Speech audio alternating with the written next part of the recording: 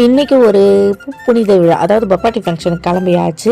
அது வந்து எங்கள் பையனுக்கு பர்த்டே வச்சு அது மண்டபம். அதுக்கப்புறம் ஒரு பர்த்டேக்கு இன்னொரு குழந்த பர்த்டேக்கு வந்தோம். அதோட இப்போ தான் வரோம் அந்த மண்டபத்துக்கு. என் பையனுக்கு 3.5 வயசு ஆகுது.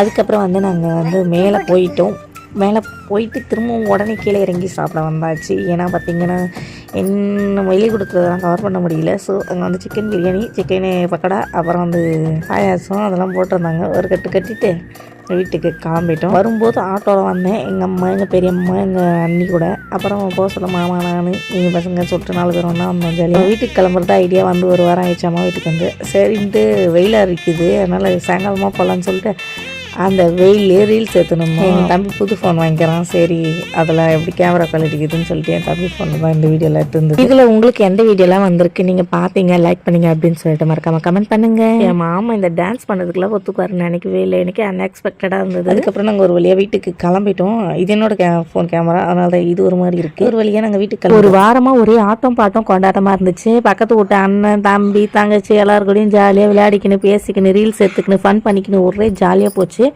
இதுக்கப்புறம் வீட்டுக்கு போயிட்டா அன்னடங்காச்சு மாதிரி டெய்லி ஒர்க்கை பார்க்க வேண்டியதான். என்ன பண்ணுறது? அதுக்கப்புறம் போகிற வழியில் பார்த்திங்கன்னா திருவிழா.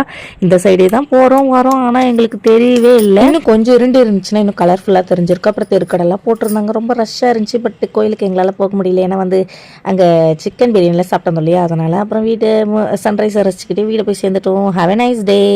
லைக் பண்ணுங்க.